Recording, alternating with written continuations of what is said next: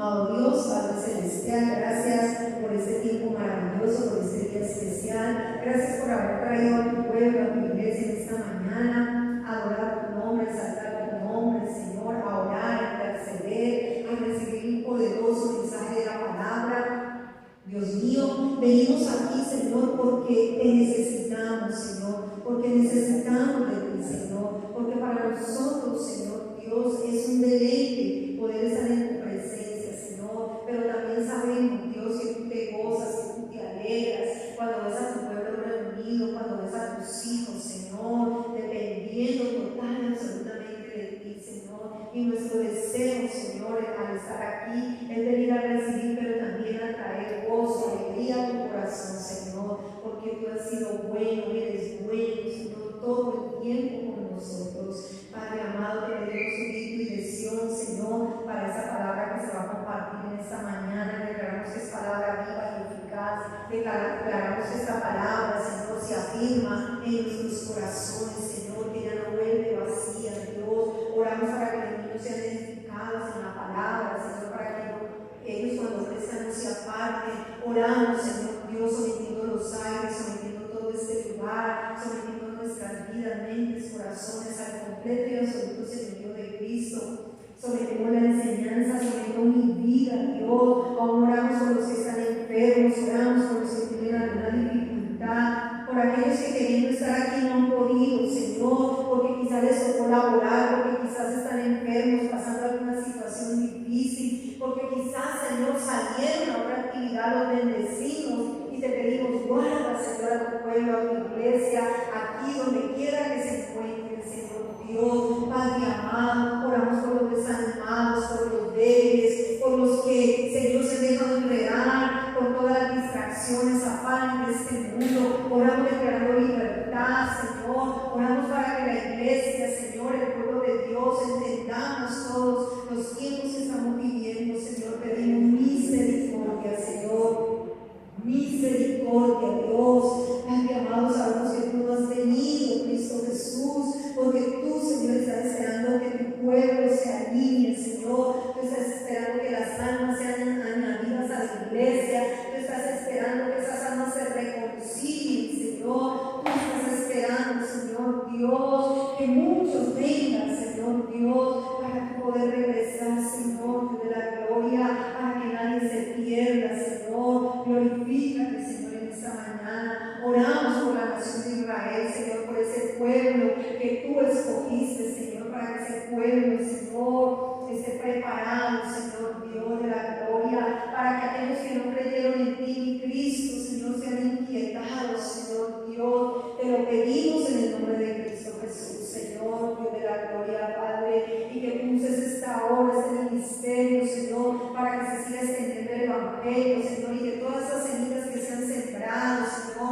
durante los tiempos, los años, Señor, y en especial este año, Señor, sean dando frutos, Señor Dios, que podamos ver esa cosecha poderosa, Señor. Tu palabra dice, no nos cansemos de hacer el bien, porque a su debido tiempo vamos a ver esa cosecha, vamos a ver ese fruto, Dios. Te damos gracias, la gloria, la honra es para ti. Declaramos que ninguna obra de maldad, ningún poder de las tinieblas podrá prevalecer. Está vencido, Satanás. Tú recibiste públicamente triunfando sobre ellos, principados sus potestades. Lo recibiste públicamente y en la cruz lo venciste, lo pusiste, Señor, estado de tus pies. Él no tiene ninguna parte, ninguna autoridad, nada con la iglesia, Señor. Tú nos diste poder para hollar sus obras, para desbaratar sus planes. Las hollamos, las pisoteamos y lo declaramos sin poder, anulados, cancelados en el nombre de Cristo Jesús. Y declaramos la presencia del Espíritu Santo en este lugar. Declaramos que nuestro Dios es poderoso, que su palabra es poderosa y ella obra en nuestras vidas para cambiar, transformar, liberar, sanar, restaurar, empoderar. Declaramos que la palabra de Dios cumple el propósito por el cual es enviada. Aleluya. La gloria para nuestro Dios, por siempre y para siempre. Amén y amén. Iglesia,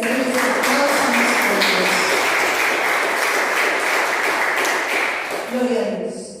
Si confías en Dios, confía en el poder de su palabra. Amén. ¿Confiamos en Dios? Sí, amén. Pues confiemos también en el poder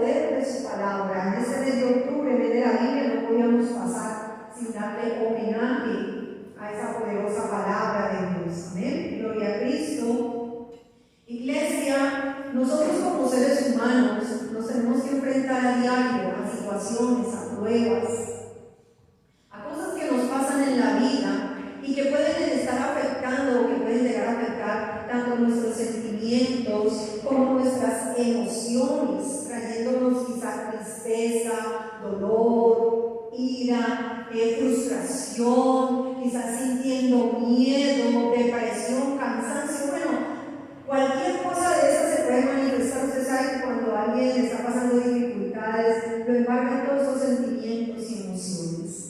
Pero, siempre hay un pero, ¿no? Esto lo que estaba diciendo era como seres humanos, pero como hijos de Dios, sabiendo que tenemos un papá en los cielos poderoso. ¿Cuánto dicen amén? Como hijos de Dios debemos llevar nuestro corazón a Cristo Jesús, a nuestro Señor, amén, por medio del Espíritu Santo. ¿Para qué? Para fortalecernos a través de la fe en su palabra, a la iglesia. Porque la palabra del Señor es poderosa, ella es viva, eficaz, y ella permanece para siempre. Y usted y yo no podemos ignorar que aquí en esta escritura, usted y yo podemos encontrar todas las respuestas a cualquier circunstancia, hermano. Llámese problema económico, llámese problema de salud, llámese dificultad de familia, en el trabajo, cualquier circunstancia que usted pase, que yo pase. Nosotros podemos encontrar nuestra respuesta, nuestra salida aquí en las Escrituras. Amén. Gloria a Cristo. Entonces, hoy vamos a mirar en el Salmo 19, acompáñenme. Este es el versículo de introducción, Salmo 119, 73 al 77. Dice así: tus manos me hicieron y me formaron. Hermoso, ¿no? Hazme entender y aprenderé tus mandamientos. Los que te temen me verán y se alegrarán, porque en tu palabra he esperado. Conozco, Jehová, que tus juicios son justos y que conforme a tu fidelidad me afligiste. Sea ahora tu misericordia para consolarme, conforme a lo que has dicho a tu siervo. Venga a mí tus misericordias para que viva, porque tu ley es mi delicia.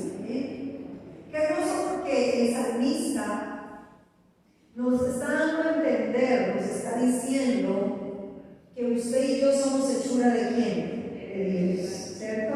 Somos obra de Dios, somos hijos de Dios. ¿Sabe que cuando uno entiende esto, lo reconoce y lo acepta que somos hijos de Dios, para nosotros hay un mayor compromiso, nos sentimos más comprometidos en obedecer la palabra de Dios. Usted ha oído a los muchachos que dicen, ¿no? ¿Qué me dice? ¿Acaso usted es mi papá? ¿Usted lo que si algún extraño por ahí le dice algo, dice, ¿usted acaso es mi papá? Porque ellos no se sienten comprometidos, quizás a recibir de a otra persona, porque usted no me diga nada, que usted no es mi papá, ¿sí? En estos tiempos, no en los tiempos de antes, porque en los tiempos de antes a uno le enseñaban respete a ¿qué? A todos los mayores. Pero ahora no, hermano, ahora usted no es mi papá, no me diga nada, ¿sí?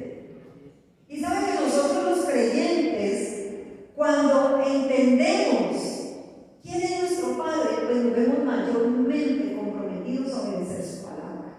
La gente que está allá afuera, que no ha recibido a Cristo como Señor y Salvador, que no se ha hecho un verdadero hijo de Dios, él no se siente comprometido con la palabra de Dios. Pero usted y yo, que somos hijos de Dios, digan amén, amén, somos mayormente comprometidos a obedecer y a poner por obra la palabra de Dios. ¿Y sabe qué es lo hermoso de esto? Que esto trae un gran efecto sobre su vida y sobre mi vida.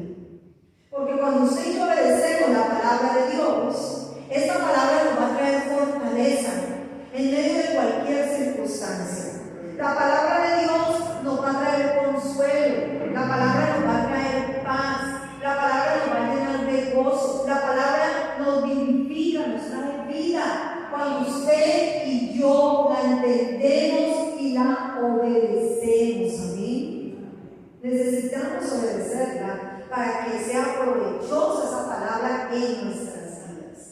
Y la ñapa no solamente trae efecto en su vida y en mi vida, sino también en la vida de los que están a nuestro alrededor. Recuerde que es una espada de ¿cuántos filos? De doble filo, por aquí y por acá. Entonces, el testimonio de la poderosa palabra de Dios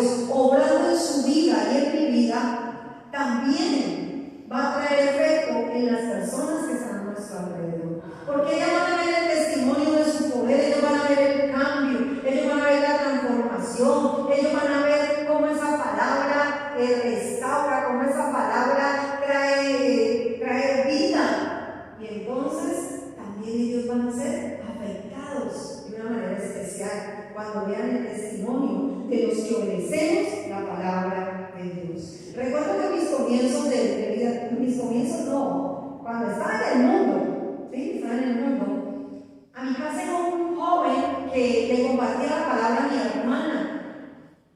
Y este joven fue el testimonio para animarnos a acercarnos a Dios. Porque a uno muchas veces le predican la palabra, muchas veces nos la predicaron, que decía al lado, enseguida de la casa paterna, hay una iglesia cristiana. Entonces cuando chiquitos nos llevaban allá, veíamos las canciones, nos mostraban películas. Bueno, a veces nos dejaban ir y íbamos allá. Pero en nuestro corazón no había ese amor hacia la palabra de Dios verdaderamente. De vez en cuando íbamos. Pero cuando ese joven ya en nuestra vida adulta empieza a ir a la casa a compartirle la palabra a mi hermana, yo lo conocía también de la empresa, porque en la empresa donde yo trabajaba me tocaba que ir a mí. Este muchacho era un verdadero hijo de Dios, era un hombre que ponía por obra la palabra. Entonces, al verlo a él, a mí eso me impactó, ¿sí? Porque era un hombre que se paraba firme en lo que decía la palabra de Dios. Y él llegó a perder su empleo por agradar a Dios y no agradar a sus jefes. Prefirió irse. Qué buen ejemplo. Y eso a mí, hermanos, eso impacta a cualquiera, ¿verdad? Porque usted no ve a la gente, sí, yo voy a hacer ese trabajo, y ahora qué voy a hacer, no me entiendo, ¿sí? Y a él lo mandaron a hacer una cosa y dijo, qué pena, yo no hago eso. Eso va en contra de mis principios. Y era la persona de confianza porque él abría la empresa. Le tenía tanta confianza y lo echaron, hermanos. Lo echaron. Se perdieron. Ellos fueron los que se perdieron. Él dijo, yo no perdí, perdieron ellos. Y en verdad perdieron ellos. Porque era un hombre verdaderamente de Dios. Y eso a mí me impactó. Y él iba a compartirle la palabra de mi hermana y mi esposo y no lo escuchábamos. Y él compartía, pero nosotros veíamos el ejemplo en su vida. Y yo decía, me gusta eso, ¿sí? Me gusta eso. Un día estaba cayendo un aguacero y mi hermana le decía, ay, andate que te vas a mojar en esa moto antes de que caiga ese aguacero, andate. Y él dijo, no, yo vine aquí, voy a hacer lo que voy a hacer. Y él empezó a predicar la palabra y eso cayó un aguacero. Él dijo, yo ahora voy y el Señor me abrirá los cielos. Y ese hombre predicó y nosotros por allá metidos en el cuarto escuchábamos todo lo que él decía. Dicho y hecho, hermanos, terminó de predicar la palabra allá mi hermana y nosotros escuchamos desde el cuarto nomás. Ese hombre salió, mi mamá por allá buscándole algo para que se cubriera y él dijo, tranquilo doña Nora, y empezó y oró. Dicho y hecho, hermanos, se abrieron los cielos y el hombre se fue sin una gota de lluvia. Entonces uno al ver esos testimonios, hermanos, yo decía, yo quiero eso. ¿Quién no quiere eso, hermanos? Uno ve esos testimonios, eso me impacta. Y eso es lo que tiene que llegar a ver que en tu vida y en mi vida, que la gente te vea a ti, yo quiero ser así. ¿Sí? No por envidia ni por no, pero usted ve que la gente ve, yo quiero ese teléfono, yo quiero ese ropa, pero no dice, yo quiero ese poder, yo quiero esa misión.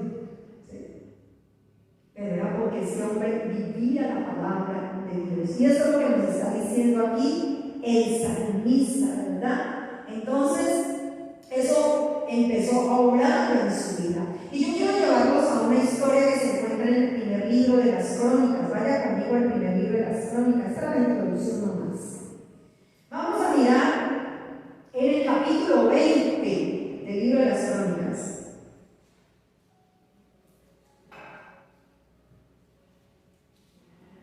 En el capítulo 20 vamos a leer desde el verso 1, bueno, todo el capítulo. Y vamos a ir mirando sobre esta historia. Usted también la puede encontrar en 2 de Samuel, capítulo 12 y 21. Pero aquí en este capítulo está compilado lo que se encuentra en el capítulo 12 y 21 de 2 de Samuel. Dice así. Al año siguiente, en el tiempo en que suelen los reyes salir a la guerra, Joab sacó las fuerzas del ejército y destruyó la tierra de los amonitas. Luego fue y sitió a Rabá, mientras David estaba en Jerusalén. Joab atacó a Rabá y la destruyó. David la corona de encima de la cabeza del rey de Rabá y descubrió que pesaba un talento de oro. Y había en ella piedras preciosas que fue puesta sobre la cabeza de David. Además de eso, sacó de la ciudad un botín muy grande. Sacó también al pueblo que estaba en ella y lo puso a trabajar con sierras, con trillos de hierro y con hachas. Lo mismo hizo David a todas las ciudades de los amonitas, y volvió David con todo el ejército a Jerusalén. ¿Ven? Yo les voy a referir algunas cosas que no están aquí, pero que usted las puede encontrar en el 2 de Samuel, en el capítulo 12 y 21. Y yo quiero que empecemos mirando esta parte, porque conocemos de las escrituras que Dios le había dado una orden a David. ¿Saben cuál era la orden que Dios le había dado a David? Que él debía estar en la batalla, que él debía salir a la guerra. Dice que era el tiempo en que los reyes debían ir a la guerra, debían salir a la guerra. ¿Y dónde estaba David? En Jerusalén, en el palacio del rey. ¿Sí? Allá se quedó David, en Jerusalén, en su casa. Mientras que el ejército de sus valientes, de sus guerreros, se iba a pelear a la guerra. Y Dios, mis amados, en su amor y su misericordia, les preservó la vida, los preservó el ejército, preservó al pueblo contra los enemigos, los sirios, los amonitas. Pero esa victoria que ellos tuvieron no fue una victoria contundente. Recuerden que cuando Dios iba con ellos vencían totalmente a los enemigos. Aquí no, ellos salieron bien librados, pero la victoria no fue una victoria contundente. La victoria decisiva se produjo cuando David salió a la guerra con ellos, fue a la batalla con ellos. Y todos sabemos qué le pasó a David por haberse quedado en su casa ese día, ¿verdad? Todos sabemos, conocemos la historia. Bueno, aquí no le vamos a dar duro a David. Y sabemos qué fue lo que le pasó a David. Y déjenme decirle, amada iglesia, que no hay nada más peligroso en la vida de un hijo de Dios que permanecer inactivo y tener su mente apartada de Dios cuando es tiempo de estar ¿dónde? En la batalla. Cuando Dios nos está exigiendo que tenemos que estar en el campo de conflicto, en el campo de batalla. ¿Usted cree que estamos en guerra? Yo sí. Gracias por la mente. Yo sí creo que estamos en guerra. Si a usted no le está pasando nada, hermano, pues pellizquese, porque entonces hay que mirar. Tenemos que mirar de qué lado estamos, hermano, porque es que el diablo está con todo. Está con todo. Y estamos en guerra. Y en estos tiempos de guerra, uno tiene que estar preparado para la guerra.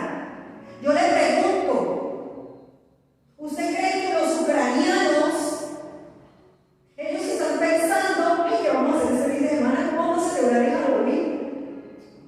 ¿Usted cree que ellos andan comprando disfraces para sus hijos? Yo les pregunto, ¿ustedes qué creen? No, hermanos, ellos están en guerra. Ellos no están pendientes de cuál fue la última película que salió en cartelera. Ellos no están pensando quién ni siquiera están pensando quién está jugando el mundial o quién se lo va a ganar. Ellos no están pensando en eso. Hermano, una guerra donde usted está oyendo caer bombas, destruyéndose, que usted tiene en peligro su familia. ¿Qué uno va a estar pensando en esas cosas? ¿Cuándo es la salida hoy? No, hermano. Y le digo eso para que entendamos que es una guerra, porque nosotros, yo por lo menos, conozco las guerras en las noticias. ¿Sí? Pero yo me imagino lo que está viviendo esa gente allá. Y nosotros estamos en guerra. Estamos en una guerra, hermanos. Nuestra familia está en peligro. Estamos en peligro de muerte. Nosotros no lo vemos a nivel espiritual, pero estamos en un peligro inminente. Y no nos damos cuenta o no nos hemos apercibido de eso. Y estamos en guerra. Y cuando se nos decide estar en guerra, hermanos, uno se queda por ahí, como le pasó a David, ya saben, ¿cierto? Lo que le aconteció.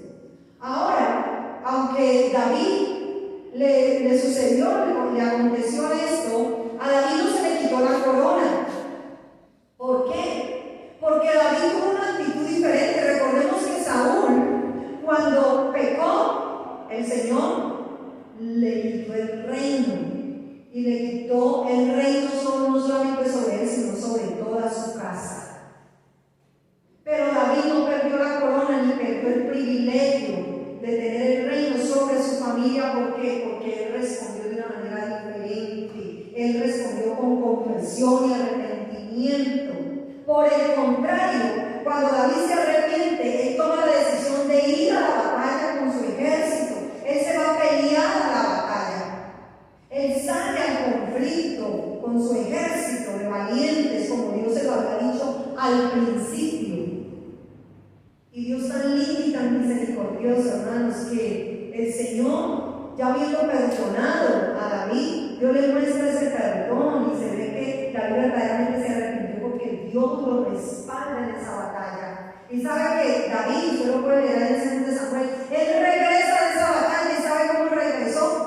En victoria, con más poder y con más riquezas. Y todo lo que trajo ese botín, ¿saben para qué usó David? Lo ofreció para construirle el templo a Dios.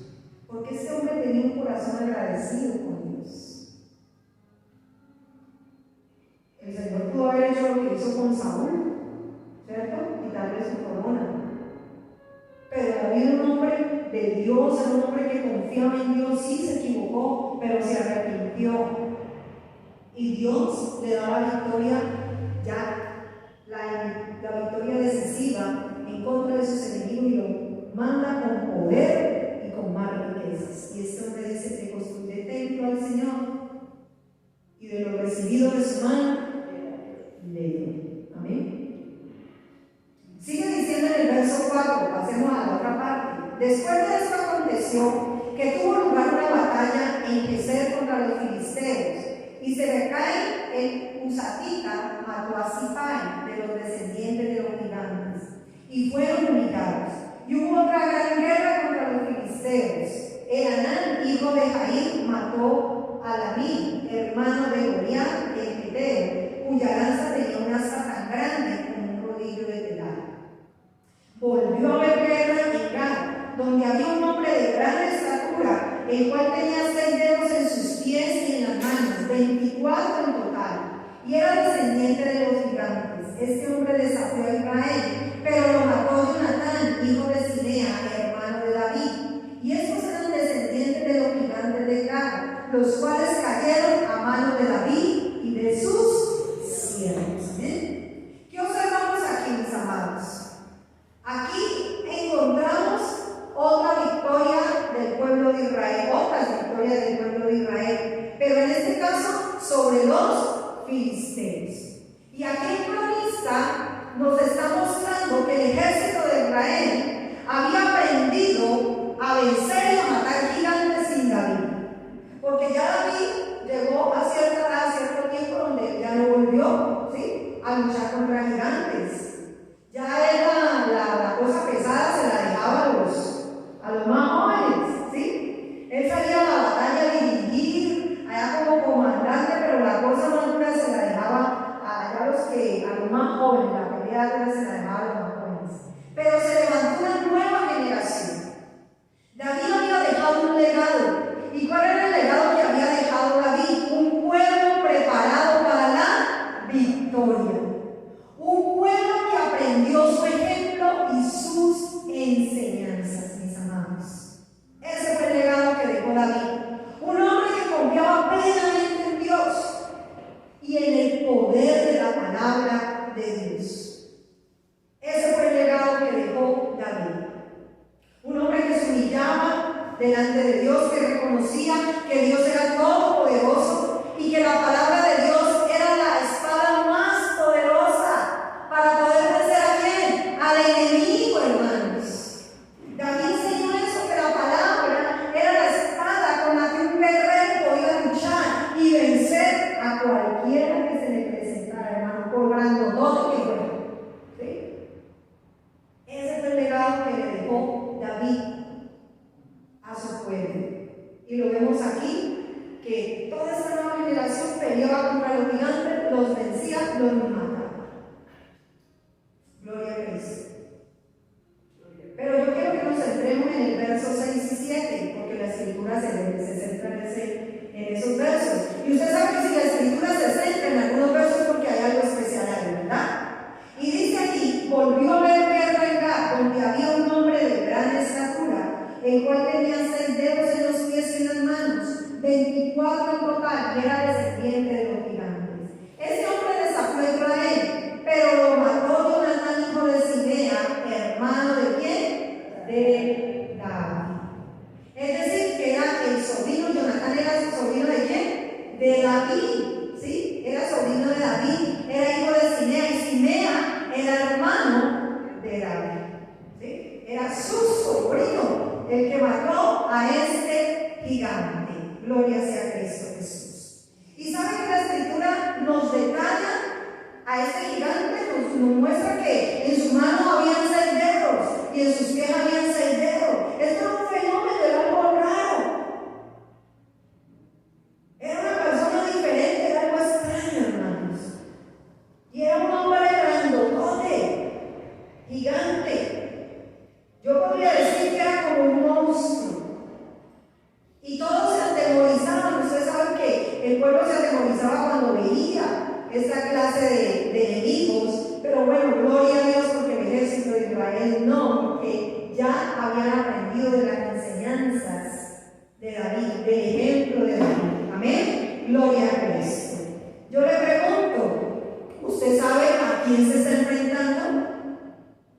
Iglesia, despierten, iglesia. Estamos en guerra. ¿Usted sabe a quién se está enfrentando? Mire, era algo fuera de lo normal. Era algo fuera de lo normal. Usted y yo tenemos que saber con quién nos estamos enfrentando. El enemigo viene con cosas diferentes. El enemigo viene con cosas nuevas. Pero el enemigo, mis amados, también usa estrategias que ya ha usado en otro tiempo. ¿Por qué? Porque muchas veces a nosotros se nos olvida. Se nos olvida la palabra de Dios, se nos olvida las cosas que ya han acontecido. Mire, Dios ha obrado en su vida y Dios ha hecho milagros en su vida. Y cuando viene una dificultad, se nos olvida que Dios nos ayudó en esa circunstancia, que Dios estuvo con nosotros. Se nos olvida que estuvimos allí metidos, orando, clamando, ayunando y Dios respondió. Y cuando viene la circunstancia difícil, uno otra vez empieza, y se preocupa. No, hermano, no se nos olvide que ya Dios nos ayudó, que Dios nos ha dado promesas, que si usted y yo nos metemos con el Señor, nosotros vamos a salir nuevamente en victoria. Entonces no olvidemos. Usted y yo tenemos que saber contra quién nos estamos enfrentando. Y la palabra aquí nos muestra cómo eran las características de este enemigo y cuáles fueron sus armas y sus estrategias en contra del pueblo de Israel. Jonatán sabía a lo que se estaba enfrentando. Jonatán veía, ¿cierto?, a ese hombre, pero él ya sabía con quién se estaba enfrentando. Y dice aquí que este hombre injuriaba, usted lo puede leer en los otros capítulos, en el 2 de Samuel. Este hombre injuriaba al pueblo de Israel. ¿Y usted sabe qué significa la palabra injuriar? Esto viene del término hebreo hará, que significa criticar, blasfemar, difamar, avergonzar.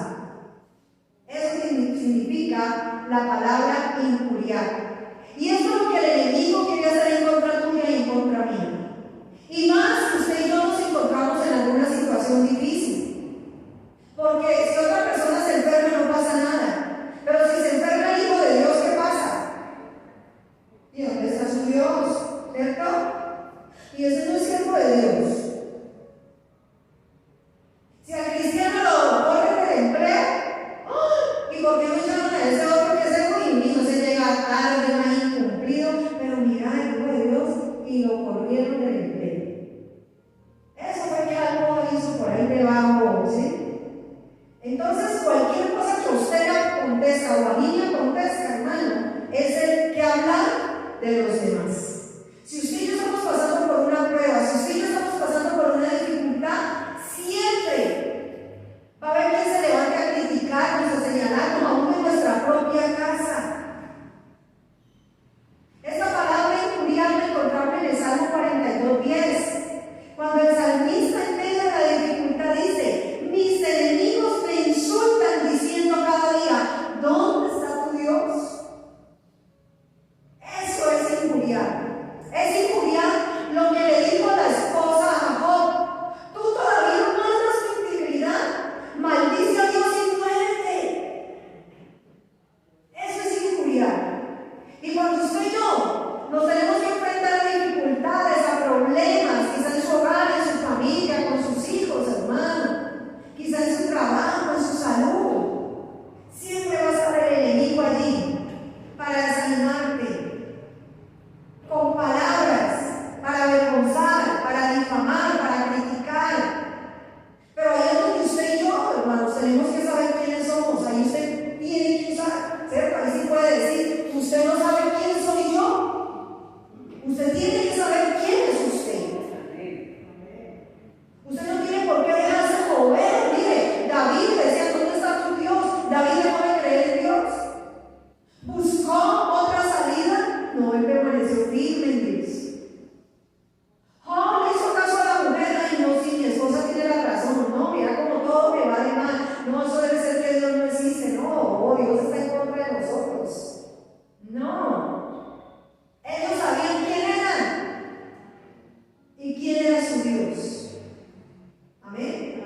Pero son estrategias del enemigo y son cosas, formas del enemigo venir a atacarnos. Y a veces nosotros no nos damos ni cuenta que el enemigo está atacando, pero ahí está atacando. Y si tenemos en cuenta el arma que este gigante está usando, la crítica, la blasfemia, mi amado, nosotros podemos mirar todas esas actitudes y cosas que se dicen, que se hablan, quizás en los pasillos oscuros, quizás murmuraciones, quizás críticas. Usted ve a su familia así, llegó allí al cristiano y usted la familia allí. Y usted ya sabe que están hablando de usted. O los hermanos por allá. ¿Cómo están? ¿Sí? Pero están hablando, quizás los vecinos. Ay, me dicen: no, eso es puro cuento, que el poder de la palabra, que mire, que. Y ellos están allí, criticando en voz baja, deshonrando la autoridad de Dios. Ahora, hermano, menospreciando el mover de Dios, cuestionando la verdad de la palabra de Dios. Algunos de manera oculta y otros son fronteros, hermano. Otros no tienen problema y lo dicen de frente. Así, estos gigantes vociferaban, ellos hablaban duro para que todo el mundo se diera cuenta. ¿Sí? Para que todo el mundo se diera cuenta. Ellos hablaban así. Pero ¿saben una cosa, amada iglesia? Que ahí es donde nosotros tenemos que pararnos firme, porque esas palabras que empiezan a decirnos, a escuchar a nosotros, son palabras que siembran discordia, son palabras que traen temor, que traen problemas en medio de la comunidad, ya sea en su casa, con su familia. Usted y yo tenemos que pararnos firme. Si están hablando, diciendo, criticando la palabra de Dios a usted parece firme sabiendo quién es usted, amén, y quién está con usted. No se deje desanimar, no se deje desalentar. Usted y yo tenemos que vencer todos los obstáculos. ¿Sabe qué busca el enemigo con esas palabras? Maximizar. El enemigo hace que los obstáculos se maximicen y que usted y yo nos sintamos todos pequeñitos. Por eso vemos esos gigantes. Entonces la persona llega allá donde el médico y usted ya oró al Señor, y entonces el médico le saca el diagnóstico.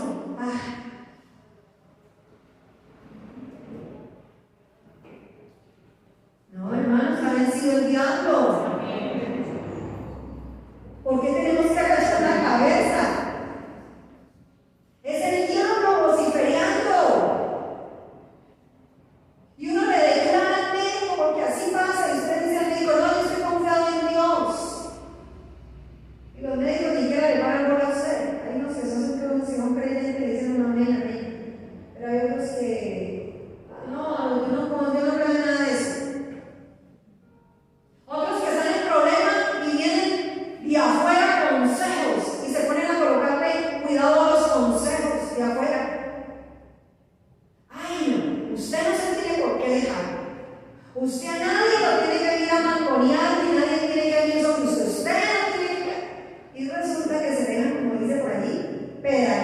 ¿cierto?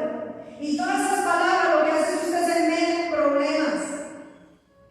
Que usted haga de algo que es insignificante, lo vuelva a ¿qué? Algo grande. Porque eso es lo que busca el enemigo.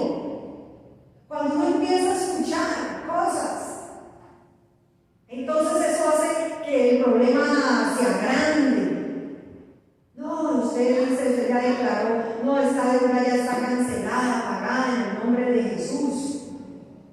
Y resulta que por allá lo llamaron y le dijeron, no, sí, mire que aquí no aparecen los últimos 3 pagos, ay, ¿cómo así? Y ya se desesperó, y se angustió, y se preocupó. Y prendió la televisión y usted dijo, no, que para diciembre se está, ¿cierto?, pronosticando que va a haber escasez. Ay, ¿cómo así? ¿Y ahora qué vamos a hacer? ¿Qué vamos a comer? Y entonces nos dejamos ¿qué? Desesperados, nos dejamos angustiar. ¿Por qué? Por lo que se oye. El cristiano no está bien. ¿Saben que estaba escuchando en estos días las noticias? Y se ha mencionado mucho lo que son los gastos personales. Hoy hay unas noticias de Estados Unidos.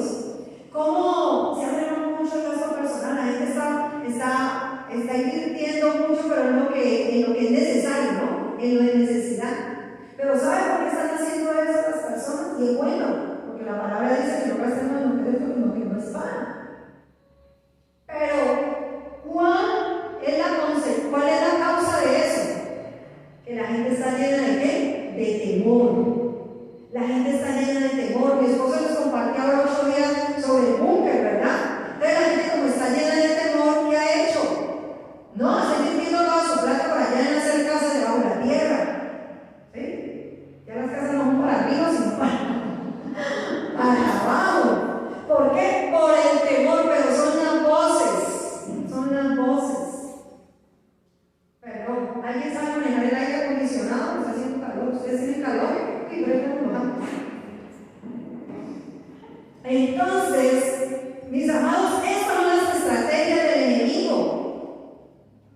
Dice en el verso 7 que la palabra de Dios, dice en el verso 7 aquí, este hombre desafió a Israel, y lo desafió, pero lo mató Jonatán, hijo de Simea, hermano de David. David nos enseñó a usar ¿qué? La espada. ¿Cuál es la espada nuestra? La palabra de Dios. Y David les enseñó a ellos a usar la espada en contra de los gigantes. Usted y yo tenemos que saber contra quién nos estamos enfrentando, hermanos. Y cuál es el arma que usted y yo podemos usar. Mire, el gigante que cayó ante Jonatán, hijo de Simea. Jonatán, ¿qué significa el nombre de Jonatán? Significa Dios ha dado, Dios ha establecido. Y Simea, el nombre de su papá, significa proclamación, testimonio, fama, palabra. Mira lo que significa el nombre del hijo y del padre. Y aquí dice Jonatán, hijo de Simea. Amén. Al unir estos dos nombres, podríamos resumir que el nombre de Jonatán, hijo de Simea, significa Dios ha dado su testimonio. Dios ha dado su palabra. Dios ha proclamado. Amén. Eso nos está dando a entender aquí la palabra. Dios ya había establecido su palabra. Dios ya había dado un testimonio, hermanos. ¿Y cuál era ese testimonio? Que ellos tenían el poder y la autoridad ¿para qué? Para vencer gigantes. Amén. Entonces no importa con lo que ellos se levantaran, con qué, cómo vociferaran, cómo ellos desafiaran a Israel. Fue ante Jonatán, hijo de Simea, que cayó este gigante. Amén. Aleluya. Fue ante el hijo de Simea que cayó ese gigante. Se dejaron de oír esas voces delante de él. Y yo quiero decirle algo. Cristo Jesús venció al gigante. ¿Sí? Cristo Jesús venció al gigante. Pero Cristo Jesús venció al tentador.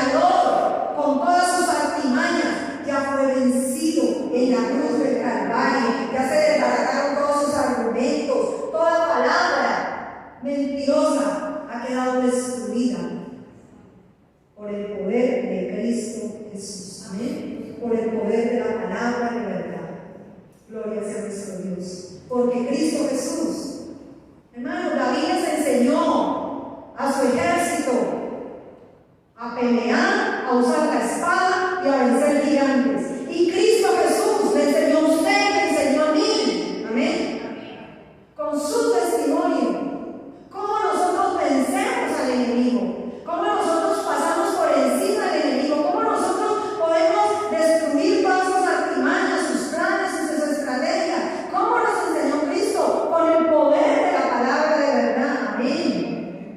Es con la palabra de Dios, aleluya. Cristo Jesús, como venció al enemigo, escrito está, hermanos, así nos enseñó. Entonces es necesario que usted y yo creamos la palabra de Dios. ¿Usted cree en Dios? Pues confíe también en la palabra de Dios, en el poder. ¿Usted confía en Dios? Confíe en el poder de la palabra de Dios, porque ella es poderosa, mis amados. La palabra de Dios es poderosa. Usted y yo tenemos que creer la palabra, tenemos que confesar lo que Cristo alcanzó para nosotros. La victoria que Cristo alcanzó, ¿dónde? En la cruz del Calvario. Esa victoria que Cristo ganó en contra del mal, que el enemigo quiere levantarse, ya sea a través de tu prójimo, a través de familiares, de personas que a veces se quieren levantar en contra de nosotros por el hecho de ser cristianos, porque quizás estamos pasando alguna dificultad, o porque quizás simplemente estamos predicando la verdad del Evangelio. Pero Cristo Jesús, mis amados, alcanzó para nosotros en la cruz del Calvario, alcanzó la victoria. Y Él nos ha enseñado a usted y a mí a usar la palabra, el testimonio de Dios. Tiene que estar ¿dónde? En tu boca y en mi boca, para poder vencer al enemigo. En el mes pasado, la sierva Sandra estuvo compartiendo aquí sobre la palabra de Dios. Hermano, nosotros tenemos que aprender a tener la palabra de Dios, el testimonio de Dios en nuestra boca, porque el testimonio, la palabra de Dios es más poderoso que cualquier gigante. Cualquier gigante. Entonces no nos atemoricemos, no nos dejemos desubicar. Si lo vienen a difamar, si lo vienen a desafiar, si están hablando de usted, escrito está, hermanos. Sepa usted quién es. No se deje usted mover por eso. Pero tampoco nosotros no usemos nuestra boca para murmurar, para criticar, para maldecir, sino que usemos nuestra boca para bien, para bendición. Amén. Gloria a Cristo. Que a nosotros nos gusta que nos digan mentiras y hablen mal de nosotros. Pero usted dice mentiras, pero usted habla mal de alguien. Bueno, ahí tenemos que preguntarnos eso, ¿verdad? Entonces, el testimonio de la palabra está por encima de cualquier gigante que se levante y que quiera oponerse a usted o a la palabra de Dios o a la bendición que Dios nos ha dado. Lo que quiera venir a robarnos, nosotros tenemos el poder en Cristo Jesús, mis amados. Y es necesario que le hagamos una corrección a nuestra manera de hablar. Y tiene que empezar aquí en nuestro pensamiento. Y el pensamiento se renueva y nuestras palabras se renuevan. Mi hermano, son la palabra de Dios. Tenemos que traerla a nuestra mente, a nuestro corazón, para que ella salga de nuestra boca. Porque nosotros no vamos a hablar palabra de Dios si ella no está aquí, no está aquí. Amén. ¿De dónde sale la palabra? De la boca. Dice, de lo que está aquí adentro. Entonces tenemos que llevarla para que sea transformada nuestro pensamiento y nuestra manera de hablar. Porque con nuestra manera de hablar podemos sembrar indisposición, podemos sembrar problemas, podemos traer destrucción, aún muerte. Recuerde que el poder de la vida y la muerte, ¿dónde está? Aquí en este pequeño, mire, miembro. Dice la escritura que ahí está el poder. Nosotros tenemos que, como un ejército, trabajar unidos. Usted unido con su familia, no se levante en contra de los de su familia. Únase a favor de su familia. Oiga, únase a favor de su familia. No a las cosas malas, sino en defensa de ellos. En lo que se esté levantando en contra de ellos, usted se une a favor de ellos, a clamar, a orar por ellos, a interceder por ellos, a declarar las promesas de Dios por ellos, a darle gracias a Dios por lo que Él está haciendo en su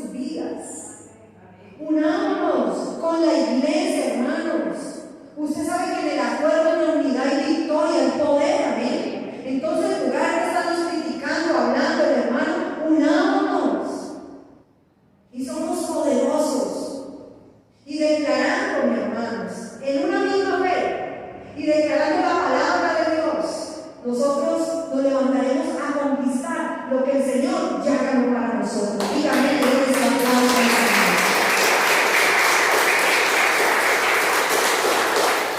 Porque en el nombre de Jesús, cualquier gigante, hermano, cualquiera que sea, tiene que caer en el nombre de Cristo Jesús. ¿Amén? No, usted y yo no tenemos por qué temer.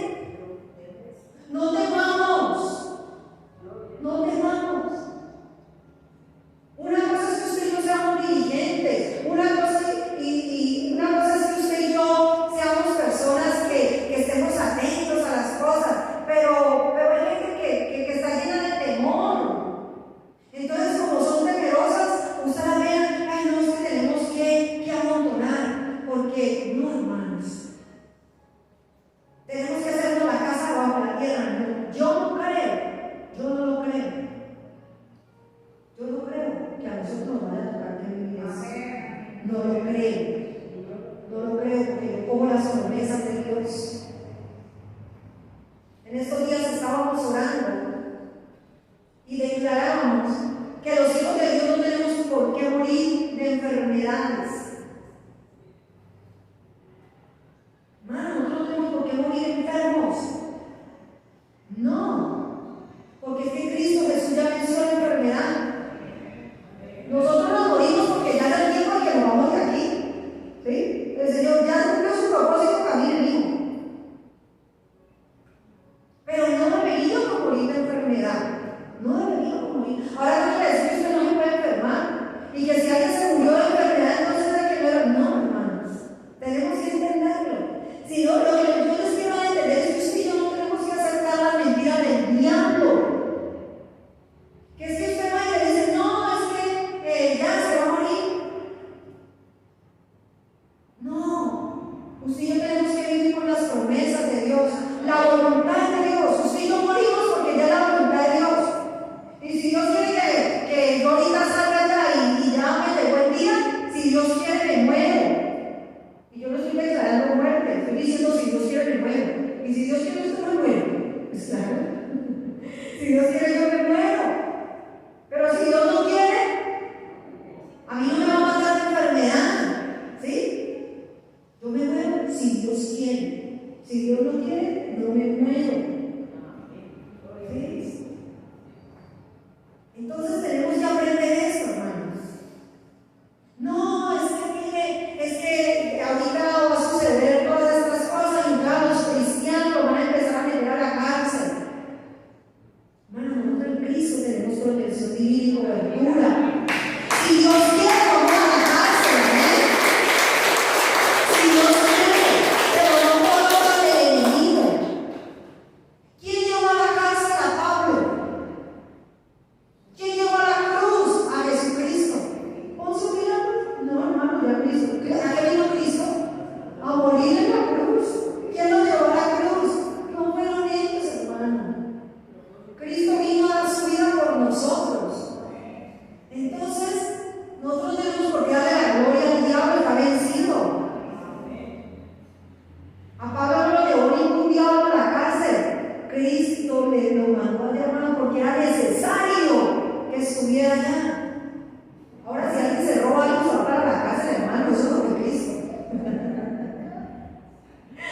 Sí, yo me acuerdo que si usted está haciendo algo malo, pues eso pues, ahí sí no nada que ver el Señor.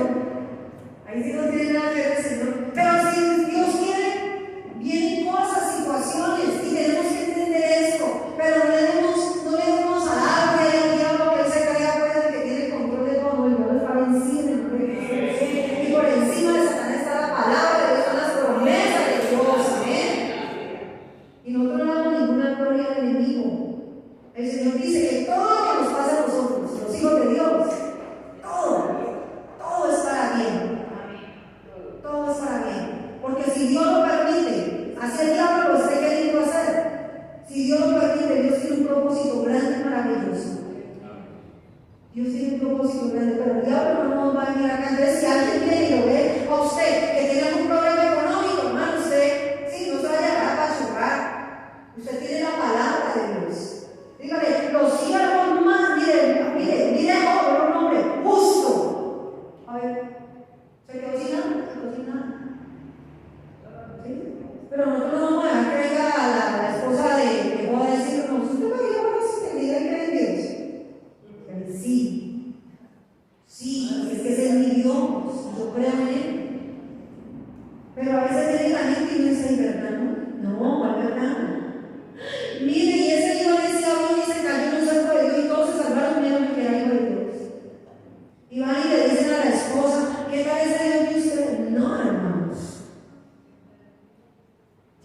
ya, nosotros tenemos que entender. ¿Y será que a los hijos de Dios no les puede pasar alguna cosa? Entonces nosotros tenemos que aprender la palabra de Dios, porque muchos se van a levantar en nuestros momentos de prueba, en nuestros momentos de dificultad, y saben que van a venir con todas esas situaciones. ¿Para qué? Para desanimarlo, para que usted venga temor, duda, para que usted empiece a declarar lo que no es, para que usted empiece a crear el enemigo y no creerle a Dios. Usted y yo tenemos que aprendernos a gozar cualquiera que sea nuestra situación, a cantarle a Dios y a danzar para Dios. Así estamos pasando una situación difícil, y a avergonzar al diablo y a darle la gloria y la honra a nuestro Dios. Amén.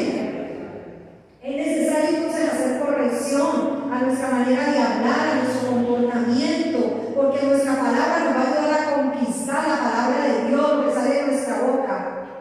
Nos va a ayudar a conquistar las promesas de Dios. Y quiero terminar con el verso 8. Dice: estos son descendientes de los gigantes de Gad, los cuales cayeron a mano de David y de sus siervos. Miren, mis amados, esto que está diciendo aquí dice que David fue el primero que venció los gigantes. ¿A quién venció? A Goliat. Hermano, como yo digo, ¿no? Yo digo que si alguien puede hacer una cosa, ese es mi lema.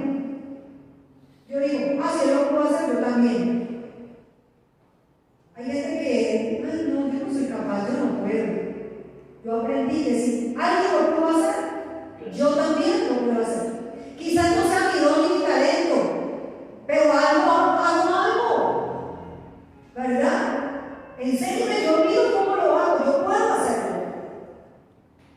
Y David fue el primero que dio el ejemplo. Podemos vencer gigantes en el nombre de Cristo Jesús.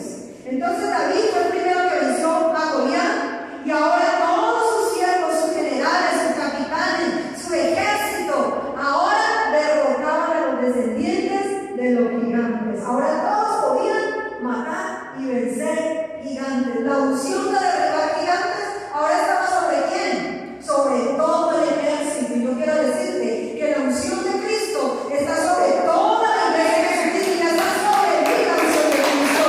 Aleluya. La unción de Cristo está sobre mi vida, sobre mi vida. Estos descendientes de los gigantes, dice, pero a todos ellos los mató David y sus siervos.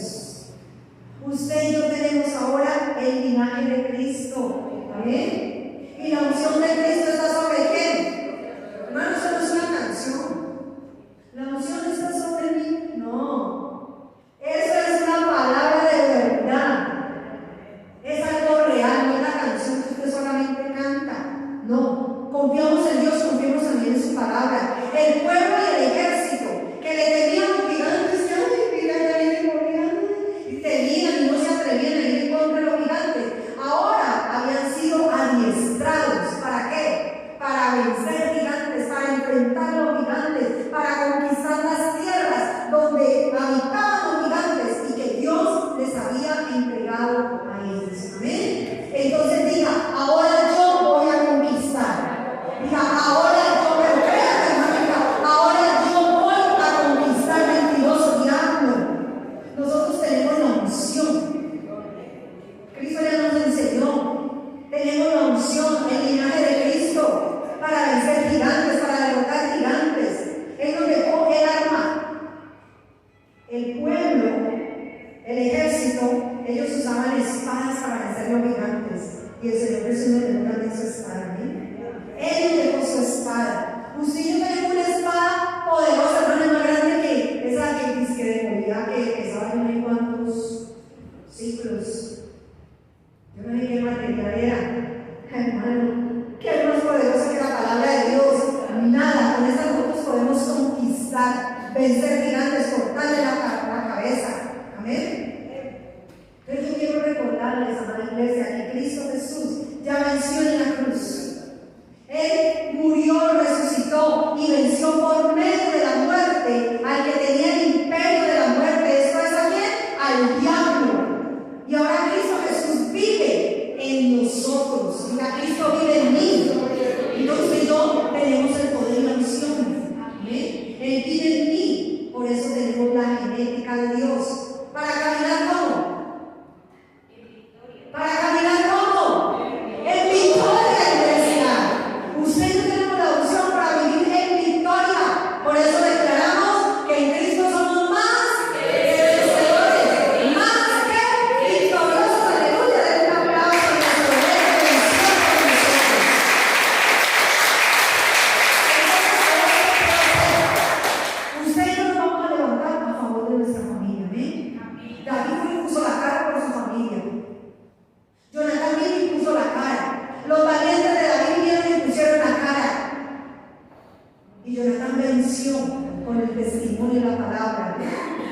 Cristo venció.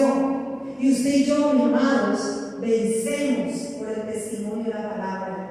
Levantémonos a favor de nuestra familia, levantémonos a favor de nuestro matrimonio, levantémonos a favor de nuestros hijos, levantémonos a favor de la iglesia, levántese a favor de su ministerio, levántese a favor de sus finanzas, proclame la palabra de Dios, lo que está escrito, hermanos.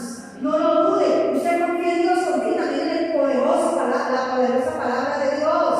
Y ponga por obra lo que hoy hemos visto, la palabra de Diis tiene poder, es la espada más poderosa, la espada que nos dejó el Señor. Y todo, hermano, gigante, obstáculo que estaba allí delante de usted, que no le dejaba avanzar, que no le dejaba gozar, que no le dejaba tener felicidad, tiene que retroceder en el nombre de Cristo Jesús. Amén. Usted puede colocarle la cabeza.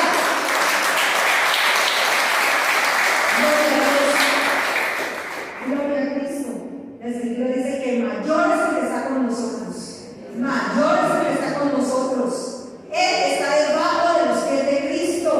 Es decir, debajo de nuestros pies también. El Señor nos dio poder para hollar serpientes y escorpiones y toda fuerza de maldad. Y a usted y a mí, nada nos va a dañar. Amén. Esto es palabra. Confía en Dios.